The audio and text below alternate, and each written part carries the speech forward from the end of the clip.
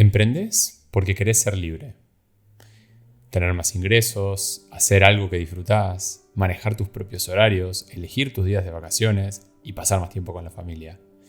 Pero la realidad es que muchas veces terminás trabajando más que antes, haciendo muchas tareas aburridas, no descansando los fines de semana, sintiendo culpa si te tomás vacaciones y teniendo más o menos los mismos ingresos. Esto es lo que me pasó a mí en 2020 y a muchos de mis clientes de la mentoría. Y tuve la suerte de que Seth Godin me alertara sobre uno de los errores más comunes que cometemos la mayoría cuando estamos emprendiendo por primera vez. Por eso hoy voy a compartirte no solo lo que me dijo, sino cómo puedes aplicarlo para no caer en la misma trampa. Porque ¿qué es lo que pasa? Cuando empezamos a emprender tenemos claro lo que no queremos, pero no tenemos muy bien definido cuál es esa vida que soñamos, mucho menos cómo alcanzarla. Entonces lo que nos termina pasando es que nos llenamos la agenda de tareas que no nos llevan a casi ningún lado. Es más, la gran mayor parte del tiempo nos la pasamos haciendo cosas que van en contra de lo que decimos que queremos hacer. Y cuando pasan los meses e incluso los años, lo que empieza a pasar es que cada vez nos sentimos más frustrados y eventualmente empezamos a considerar abandonarlo todo y dedicarnos a otra cosa, a otro emprendimiento o incluso volver para atrás al negocio en relación de dependencia quizá que teníamos previamente.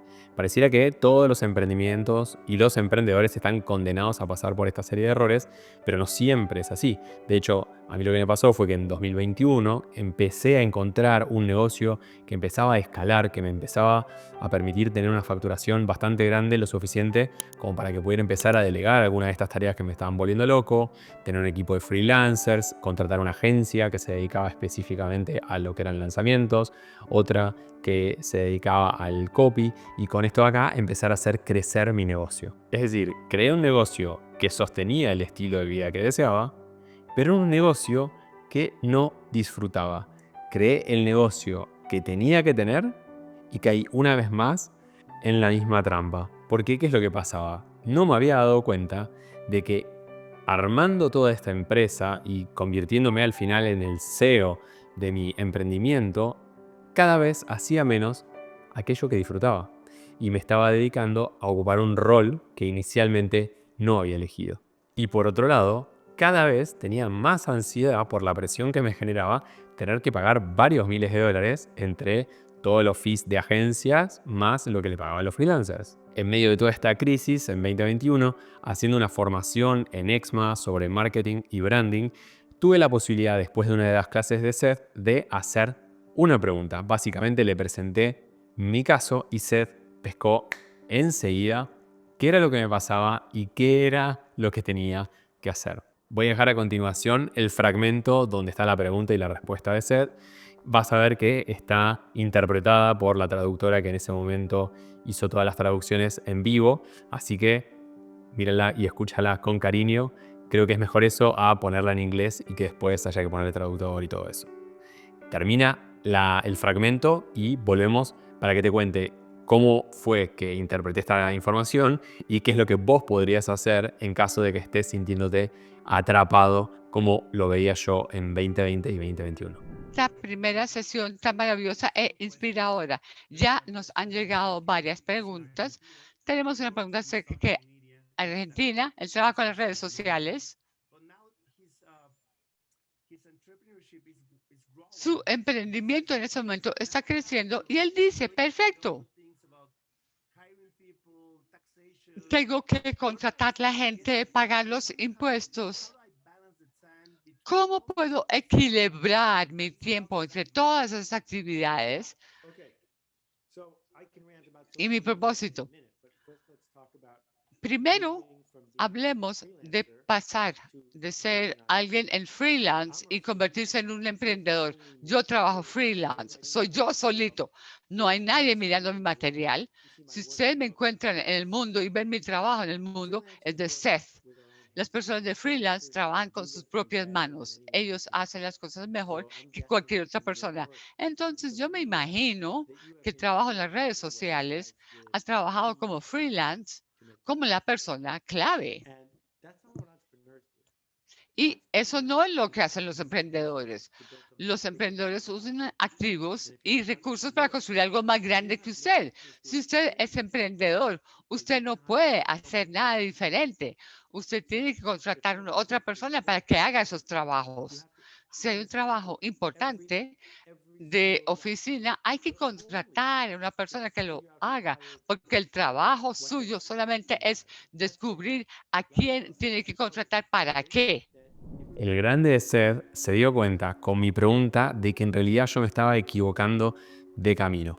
Enseguida me alertó en que yo lo que estaba haciendo era crear una empresa, pero lo que me hacía ruido es que yo en realidad lo que quería era hacer mi camino como freelance.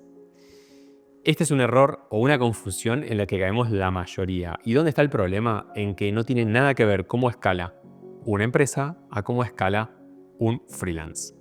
El emprendimiento crece porque se apalanca básicamente en tres cosas. Primero, en tráfico, es decir, más gente conociendo tu negocio. También en equipo, o sea, más personas dándole soporte a tus clientes. Y en automatizaciones, o sea, más sistemas optimizando el negocio. Y como dueño del negocio, tu trabajo se convierte en buscar a los mejores recursos humanos para tu empresa y retenerlos para que siga creciendo. Es decir, imaginemos que sos profesor de inglés.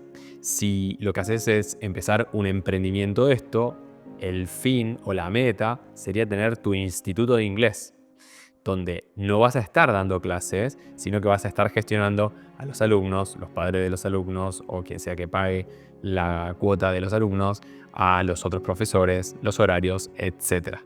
O sea, casi que vas a dejar de ser un profesor para empezar a ser un empresario dueño de un instituto. Ahora bien, vamos a ver el caso contrario, el del freelance. ¿Cómo hace para escalar? Sigamos con el ejemplo del profesor de inglés. Supongamos que trabajas en una escuela donde pagan $10 la hora para hacer un número redondo.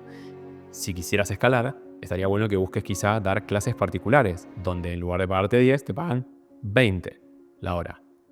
Si quisieras seguir escalando, quizá podrías buscar que en lugar de darle clase a adolescentes y jóvenes, darle clase a adultos profesionales que lo necesitan en su trabajo y que están dispuestos a pagar más por aprender más rápido.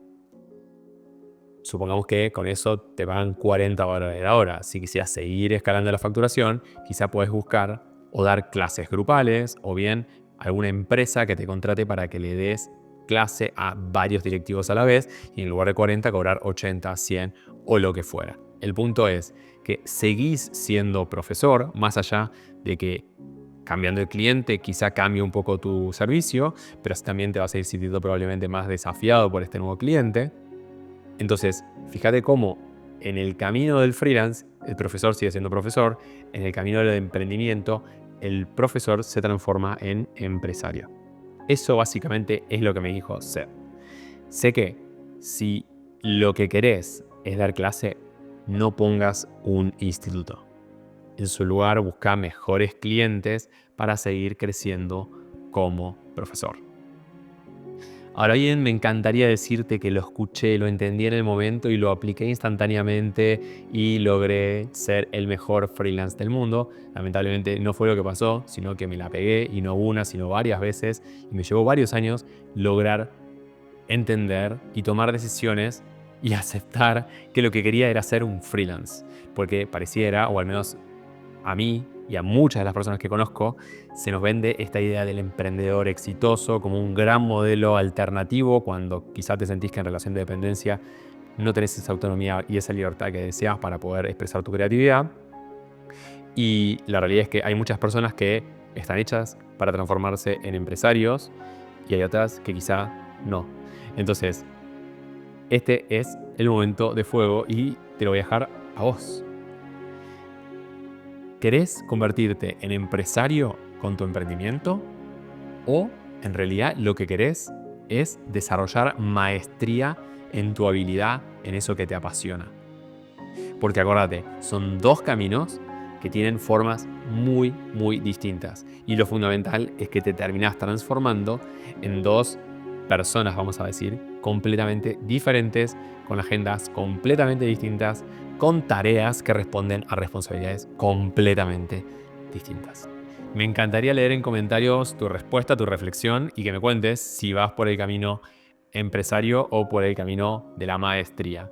Y aprovecho para invitarte a que te suscribas al canal. Estamos empezando, así que este video que está a continuación seguramente te va a interesar y te va a ayudar a ver dentro del camino, tanto del empresario como del freelance, un activo que es clave para desarrollarse, generar contactos clave y hacer crecer el negocio que sea.